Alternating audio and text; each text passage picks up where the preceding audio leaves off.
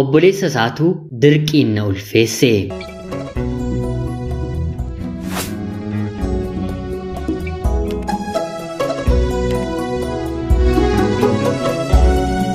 Yooyyaa ashamaa akkam jirtu kabajamtootaaf hordoftoota qophii keenya. Nagaaf jaalalli tokkummaan bakka jirtan hundaatti hunda keessaniif haa ta'u jecha guyyaa har'aallee seenaawwan nama barsiisan bashannansiisan keessaa tokko isiniif qabadheen dhiyaadheeraati. Hanga xumura qophii kanaatti laayikii fi sheer akkanumallee sabskiraayib gochuun na waliin tura.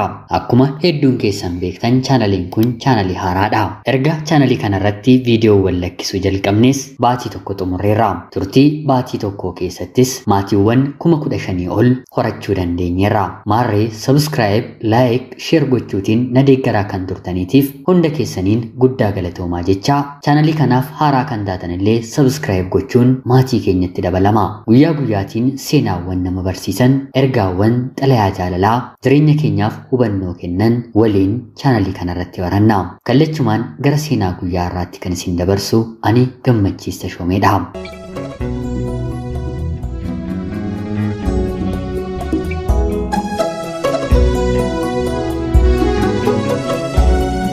Yeroodhaaf maqaa kiyyee himachuun barbaadu kanan dhaladheetti guddadhee Jiituu Magariituu Oromiyaa keessatti barnoota kiyyas kutaa 1 hanga 10tti dadhabbii guddaa jireenya koo keessatti dabarseen baradhee xumureera. Haa ta'uutii garuu kutaa 10tti qabxiin illee naaf dhufus rakkinnin ani keessa jiru garuu barnoota kana darbeen akkan baradhuuf eeyyama naan kennine. Barnoota koo kutaa 6ffaatii kaaseen mana maatii kootii baheen mana namaa galeen hojjechuu jalqabe. Haatii fi abbaan koo nu dhalchani malee haalatti guddannu waa'ee jireenya ijoollee isaaniif guyyaa tokkollee qalbiitti kennanii ilma koof intala koof kanatu barbaachisa jedhanii gadi taa'anii yaadanii waa nuuf godhanii hin beekanii. Akkuma nama dahee dhalchee daandii irratti gatanii nus obboloota koo waliin daandii irratti jechuun gaafa beelofnu gaafa dheebonnu mana namaa kajeellee beela bahaa turre. Uffatas yoo barbaanne kanuma namni nu uffise yookiin immoo nuuf kenne uffannee jireenya keenya jiraanna. Mana barumsaa gallee yuunifoormii haatiif abbaan koo guyyaa tokkollee nuuf bitanii hin beekanii. Namootuma ollaa naannoo keenyaatu yookiin immoo barattootuma dareefaatu bitee nu gargaaree barnoota barannaa. Dabtara, kobbee ani keessuma haga kutaa 4tti dabtara namni itti barateetti isuma barreeffama guutuu qabuun ittan baradha. Kanuma keessaa immoo daree keessaa 1 haga 5 ol baheen hin beeku. Yeroon kutaa 6ffaa baradhu kanaan booddee mana namaa galeeyyuu hojjechuu nan danda'a jedheen rakkoo mana maatii koo keessaa baheen mana namaa galee. Haati abbaan koo gaafa argatan ni dhugu ni machaa'u, gaafa dhaban immoo waltumu. Jireenyi isaanii geenguma kana keessa naanna'a. Nama jaallattaniif haadha akkanaa abbaa akkanaa siniif illaatiin maatiin koo maatii jedhamanidha. Obboloota koo waliin dhalannee guyyaa tokkoofillee akka hiriyoota keenyaa namoota naannoo keenyaa taanee hin beeknu. Baay'ee gadi qabamnee haadhaanis abbaanis ifatamnee reebamnee guddannee nun nyaachisan nun obaasan. Haa ta'uutii garuu kan isaan nu dadhabsan waan guddaadha. Kanaan mana namaa seeneen hojjechuun eegalee mana keenyatti nan beela'a. Akka dubartii dibata hin qabu. Uffannaan kiyya yuunifoormiif waanuman mana keessa ittiin ooludha. Haa ta'uutii garuu mana namaa galeen rakkoon kana hundumaa jireenya koo keessatti furame. Ani hiyyeettii maatii qabeenyas nagaas hin qabnerraa dhaladhus bifa garuu nan qaba. Gaafan dibadhe gaafan dhiqadhe simboo ofitti nama harkisu akkan qabu kan na arganii natti himu. Maarree mana namaa galanii tarii mirga nyaataa gaafachuu danda'u malee mirga maatii keessaa abaluun na kajeelee gaafachuun ulfaataadha. Abbaan manaan haadha manaa ani bira jiraadhu obboleessi abbaa manaan ilmi isaanii hangafaa sadan isaaniiyyuu sa'aatii argatani kamittiyyuu baay'ee na rakkisu. Kana keessaa eenyuttiin abalu na rakkisa jedheen haadha mana kanaatti himadha. Baay'ee ulfaataadha. Yoo tariin jechi tokkon dubbadhe carraa ittiin mana sanaa na baasu na taasisa. Anaaf immoo manumtiin jalqaba irratti galee rakkoo kanaan ala naaf ta'eera. Haati manaan mana kanaa hojjettuu mootummaa yeroo taatu waajjira mootummaa keessa dalagdi. Abbaan manaan ishee immoo itti aanaa daarekteeraa mana barumsaa keenyaati. Barnoota kutaa 6ffaa bifa kanaan xumureen kutaa 7ffaa eegaluuf galmoofnee dabtara kiyyas naaf bitanii qophaa'an otoo hin jiru loon manaa qabuutii yookiin immoo margi mana barumsaa keessaa barsiisotaaf waan hiramuuf abbaan manaan mana sanaa sa'a 11tti mana barumsaa koottuutii marga haamtee fuutee galtaa naan jedha. Anis tole jedheen haamtuu qabadheen toora sa'a 10 walakkaatti manaa bahe. Daqiiqaa 15 booddees otuman daandiirra suuta deemuu mana barumsaan gahe. Bakka biiroo abbaa manaa kanaa deemees lafa okaa kan keenya natti argisiisii jedheen gaafadheeni. Innis tole haa ta'u xiqqoo na eegi barsiisota daree ramadaan jiraa. Riippoortii isaa ganama waan hin dhiyeessuuf xumureen waliin deemna naan jedhe. Anis tole jedheen biiroo isaa balbalan taa'e.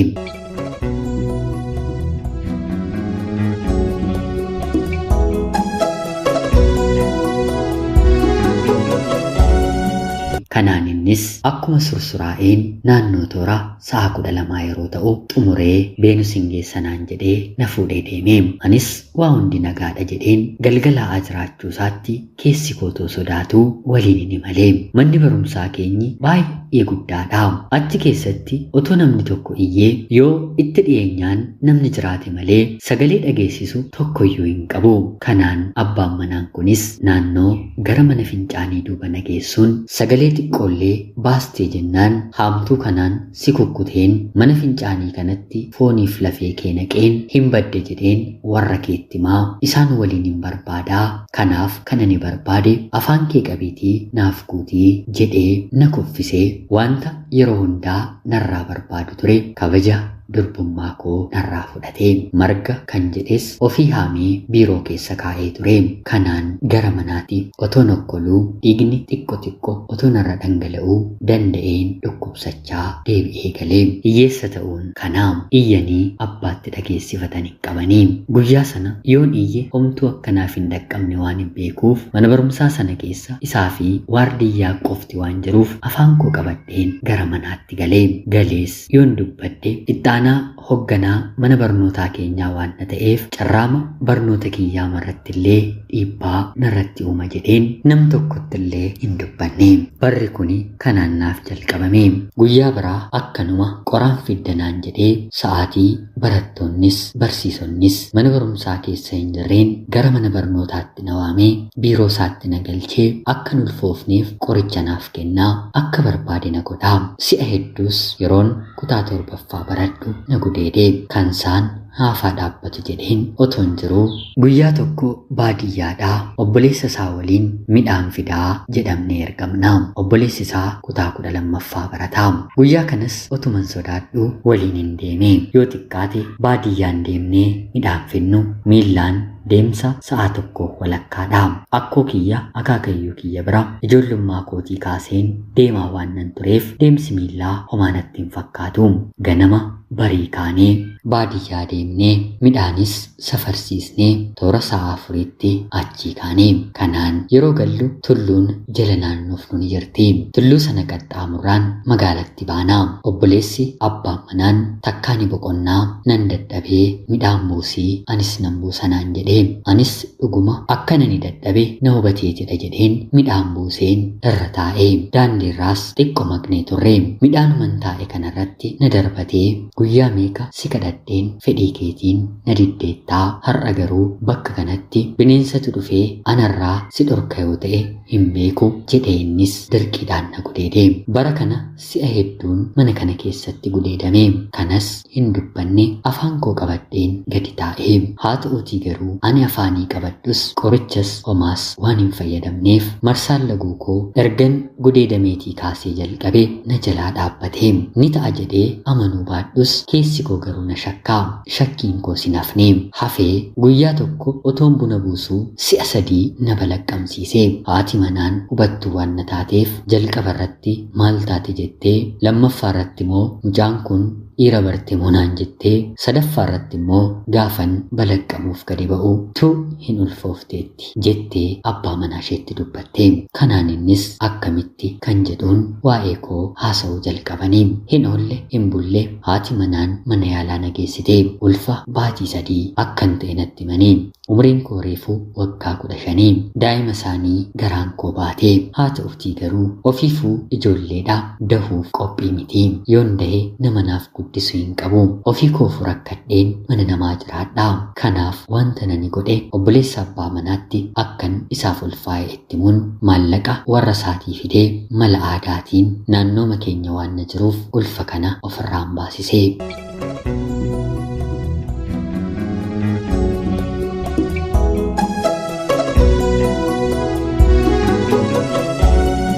Gaafa baasisuu kiyyaa haadha manaatti hin himu nama waaqaan sodaatu waan na ta'eef atiyyuu haatiif abbaan kee maal sii godhanii guddachaa jirtaa, daa'imni uumames carraa isaatiin hin guddataa, kana gochuun qabdu ture. Ani ulfa ta'uu kee beekeen jecha tokko sitti dubbadheeraayii dubartiidha waan na taateef jireenyi akkanaa inuma nama mudatu ture, garuu ati hin mo'amtee naan jettee. Abbaan isaa eenyudha jedheellee gaafa na gaafattu itti dubbachuu nan dide. Maaliif manuma keessa jira? Haa ta'uutii garuu abbaan manaan anatullee ulfeesse jedhee of shakkaa ture. Eega yeroo saniitii ana biran geenye. Kanaan barnoota kutaa 7ffaa kiyya xumuradheen mana sanaa bahee. Barri sun anaaf bara dukkanaa jireenya koo balleessedha. Ergan mana sanaa bahee carraan qabu mana biraa galuudhaatii amma hojiillee waan hin danda'uuf barnoota kiyyatoo na barsiisanii maallaqa xiqqoos naaf kanfalanii mana na hojjechiifatan hin galee. Namni hedduun kan yaadu gita maallaqa isaan nama ittiin hojjechiifateen mitiire. Maatiin si'a kana bira galee baay'ee na dararu. Haati manaan yoon gadi taa'e hin jaallattu. Hojii mana keessaa guutummaatti anatu hojjeta. Ofii hojii kan hin qabaanne taatus haa ta'uutii garuu anarra dhaabbattee kana godhi jechaa ooluun isheef miti anumaan na dadhabsa. Filannoon koo manuma namaa gara biraa deemuu waan na ta'eef gaafa na rukkuttu, na dulluqxu, na reebdu, na ifattu, na abaartu, balleessiteetta naan jettee hagabuu na oolchitee na bulchitu calluma jedheen jiraadha. Sanuu mana sana waggaa 3 jiraadhee. Kana na godhe immoo mana isa duraarra namni na tuqu hin jiru. Kanaan yeroon kutaa 10ffaa ga'uudha. Jaalallee kan hin qabadde. Ogeessa mana mukaatii. Ogummaa isaatiin siree, taa'umsa, soofaa fi kanneen kana fakkaatan akka ajaa'ibaatti diizaayinii baasee hojjeta. Nan si fuudha inni naan jennaan jecha afaanii jalan deebisne. Jaalladhee waanan jiruuf tolen jedheeni. Jaallachuu kiyyarra immoo mana namaa keessatti gidiraan ani argaa jiru umrii kiyya yeroo malee akka gabaabsu dhukkubbiin qaama koo irratti natti dhagahamaa dhufan waan natti himaa jiranii fi dhukkuba dugdaa haga har'aatti nan qaba. Kan namni dhaabbatee hojjetu ani taa'een hojjedha. Kanarra gaa'ela naaf wayya jedheen kutaa 10 xumureen akkuman kutaa 11tti darbeen barnoota dhaabeen gaa'elatti seenee. Yeroon misirrummaa mana hedduutti bareedaa kan namatti toludha mitiire. Kan koos akkanuma ture, baay'ee namatti tola. Maatiin koos gammadanii akka humna isaatti cidha ajaa'ibaadhaan gammannee wal fuunee mana tokko keessa waliin jiraachuu eegallee. Baatii 7 haga waliin jiraannutti wanta nyaatamuuf dhugamuuf yeroo yerootiin ofiisaa beekee abbaan manaan koo maallaqa naaf kenna. Baatii 7 booddee garuu jaalalli isaa jibbatti, kabajni isaa salphinatti, kennuunsaa dhawwachuutti jijjiiramee hinumaa kaballaadhaan harka isaa narratti kaasuu kan jalqabe hanga kutaa qaama kiyyaa qabee abiddaan gubuutti booddeerra gahee. Baatii 7ffaa gaa'elaa yeroo guunnu guyyaa tokko gaa'ela dhaatii walitti buunee jennaan kaballaadhaan na rukute.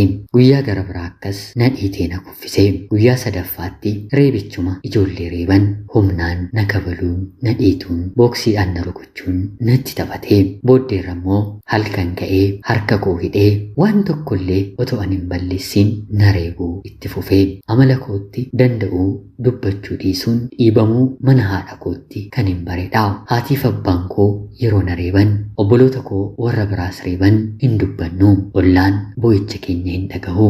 Gar malee dabalanii nu rukutu. Mana namaatii haati yoo rukutte abbaa bira dhaqu, abbaan yoo rukute haadha bira dhaqu. Mana keenyaa garuu bakka itti dhaqan hin qabanii. Gadi qabummaan sun gaa'ela keessas naas dhufee boo'een hirqinfadheen ofuma keessatti liqimsa malee abbaan manaan koo kana na godheera jedheen guyyaa tokkoof dubbatadheen beeku. Uffata narraa ol qabee qaama saalaa kiyya abiddaan gubaa rifeensa kiyya balallee muka baargamoo qabsiisee gaditti na qabee narraa guggubaa piinsaa yookiin immoo qabduu bakka hojiitii itti hojjetaniin gurra koo qabee harkisaa. Kanan isiin jedhe yoon gootu ta'e morma kee kuteen sirraa kata jedhee na doorsisaa. Maalan isiniin jedha gaa'elli naaf gaarii ta'a jedheen itti galeen mana namaatii ol bakka ittiin gubadhu boqonnaa bakka ittiin dhabu natti ta'e. Kana hunda yeroo inni narratti raawwatu guyyaa tokkoofiyyuu balleesseera jedheen har'a ittiin of komadhin jiru. Haa ta'uutii garuu keessa kootti gaafa murteeffadhe nama kana godheen badee maallaqa 80,000 walitti qabatee har'a bor Finfinnee deemeen maashina ittiin bita otoo jedhu saanduqa keessaa mana kaawwateera. Baatii 6 oliif maallaqa kana walitti qabatee kan beeku kan waliin jiraatu anumadha mitiire. Guyyaa inni gara hojii deemu buukii akkaawuntiillee kanan banadheen beekne deemee baneen maallaqa sana irratti naqeen 5,000 of harkatti qabadheen naman beekus hin qabu magaala keenya keessaa baheen nan badee. Miilaan xiqqoo ergan deemee booda konkolaataa fe'isaa naaf dhaabaa jedheen dhaabsifadhee yaabbadhee. Eessa deemta gaafa naan jedhan magaaluma kanaatii na baasaa gara isin deemtan walumaan hin deemaa achumatti na dhiistun jedheeni. Yeroo kana isaanis Finfinnee deemnaa ni siif ta'aayii yeroo naan jedhan eeyyeen innaaf ta'an jedheeni. Akka carraa ta'ee konkolaataa sana keessa dubartii 2 dhiira 2 anaa fi gargaaraa konkolaataatu fe'amnee jira. Dubartoonni 2 kutaa ciisicha konkolaataa keessa waliin taphatu. Tokko imalaadha inni tokko immoo faddaalaa. Dubartoota kana gara biyya Arabaa geessuuf foormii fi paaspoortii guuchisiisuuf geessaa jirudha. Otuma haasa'anii dubbii isaanii dhagaheen biyya hambaa deemuuf maaltu nama barbaachisaa jedheen gaafadhe. Yeroo kanannis waraqaa eenyummaa suura maallaqa hanga kanaa jedhee tokko lamaan natti hime. Anis deemuun barbaadaa garuu immoo waraqaa eenyummaas paaspoortiis suuras homaa tokko hin qabu maallaqa garuu nan qabaa jedheen isatti hime. Yeroo kanannis maallaqa qabaannaan wanti hundumtuu maallaqaan dhumaa walii galuu dandeenyaa anaaf qofaatti maallaqa hanga kanaa naaf kanfaltaa naan jedheen. Anis tole jedheen walii galaan gara qarshii 12,000 natti fixe. Viizaan dubartoota kanaa otoo hin dhufiin kan koo dursee dhufee gara biyya hambaatii imala koo raawwadhe. Dubartiin biyya Arabaa dhuftee haadhaaf abbaa ishee gargaarti mitiire. Ani garuu obboloonni koo karaatti akka nafneef akka of danda'aniif hin gargaara. Haadhaaf abbaa koof sharfii tokkoon kennuuf hin qabu. Sababiin isaa immoo isaan irraa dhalachuu kootti baay'een ofitti qaana'a. Asuma biyya Arabaa kana dhufeen waggaa 4 jiraadheen gadi bahee hojjechuu jalqabeen namuma biyya koo waliin wal bareen gaa'ela waliin dhaabbadheera. Abbaa manaa koo waliin hin jiraadhu waliin amantaan keenya garaagaraa. Haa ta'uutii garuu anaan waa'ee amantaatu na rakkisaa ture otoo hin taane boqonnaa argadheen waa'ee jiraachuuti. Har'a daa'ima ilma dhiiraa tokko qaba. Erga bultiidhaan walitti dhufnees waggaa 3 xumurreerra. Jireenyi biyya ormaa hagamis namaaf guutuu baatus haa ta'uutii garuu yaa Rabbii galata kee kana nan jiraadha jedheen abjuudhee hin beeku. Jireenyi kiyya kaleessan dabarsee yeroon yaaduyyuu abjuudhaa jedheen galateeffadhee jiraadha. Akka kiyya mana namaa galtanii rakkattanii kan jiraachaa jirtaniif Rabbi guyyaa qabaan dhaamsa kooti. Rabbi jireenya koo nammatti jirullee akkanaaf eebbisuuf obboloota koo bakka deemanitti bakka jiraatanitti nagaa akkanaaf godhuuf kadhannaa keessanitti naaf yaadadha. Ana obboleettii keessan biyya Arabaa keessaati. Ulfaadhaa nagaatti galatoomaa.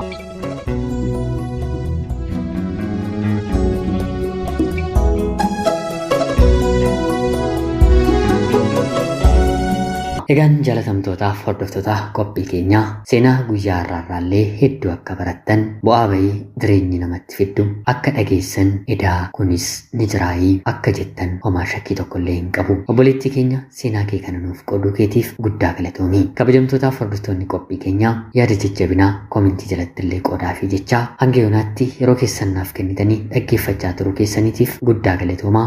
Laayik gochuullee viidiyoo kana hin dagatinaa jechaa qophii seenaa gara biraatiin hanga walitti deemnutti bakka jirtan maraan turtii gaarii horaa bulaa.